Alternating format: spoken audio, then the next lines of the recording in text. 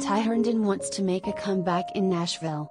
Another one. It's possible, says CMT host and critic Cody Alan, who's heard Herndon's new album, Jacob, out July 15th. He says Nashville is a more forgiving town these days, especially if you've got a good song. I've always thought that a great 3 minutes can save anybody.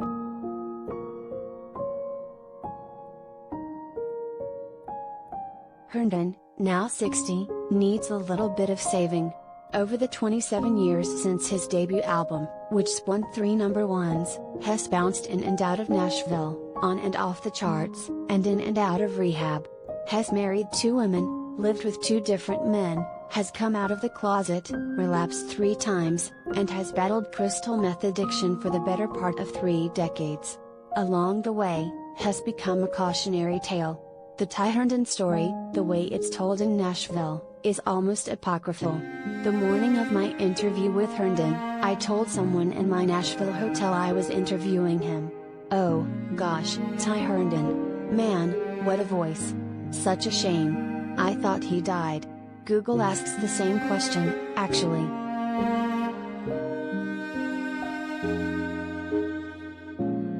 Herndon's life, from an Alabama church singer to the Grand Ole Opry to a near suicide in 2020, filled with so many plot twists, the biggest one of all is that Hess is still alive. I've surrendered, he said, walking into his dining room and setting down plates heaped with pork chop casserole, his mother's recipe.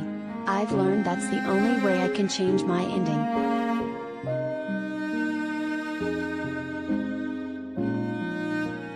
One of Herndon's lowest points occurred when he relapsed on crystal meth in 2004. Since his 1995 debut, he had a few more hits, a greatest hits album, but nothing like his initial success. Had managed to survive a scandal where he was arrested for indecent exposure in a Dallas park.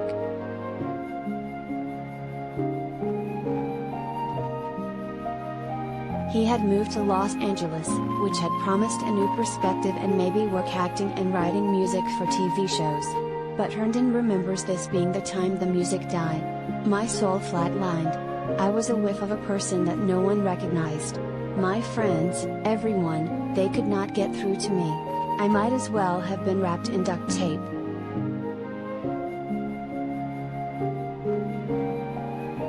Accustomed to falling back on his charm or talent, nothing delivered.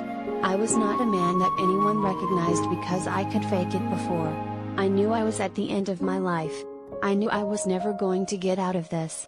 I was not healable, Herndon says. His crystal meth use increased. I lost months of my life and never left the house.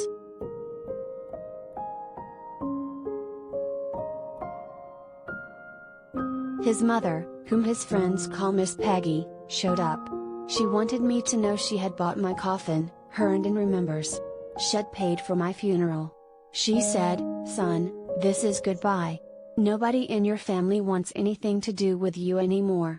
You should at least have that peace of mind, that you will be buried by your father and that's where you're headed. And I love you." She kissed me on the cheek. She hugged me tightly and she left and she flew back home.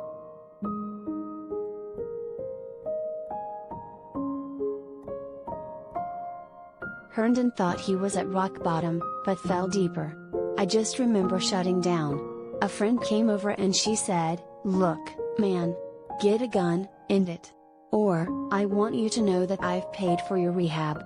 I wrote a check. It's paid for. Cumberland Heights, Nashville, Tennessee, you need to go home. You need to die or go home. Either way, you're going home." Herndon heard it. I got on the plane and I came home. He entered treatment and remained sober for 16 years.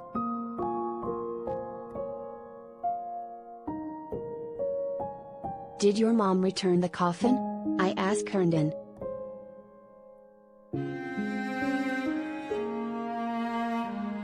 Are you kidding? Herndon says with a chuckle. That's a great reminder for me. The coffin is still paid for and still waiting.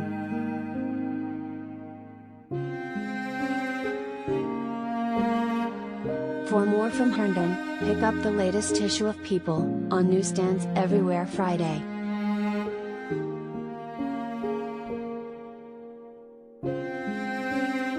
Listen to People's full audio interview with country star Ty Herndon on the People Everyday podcast.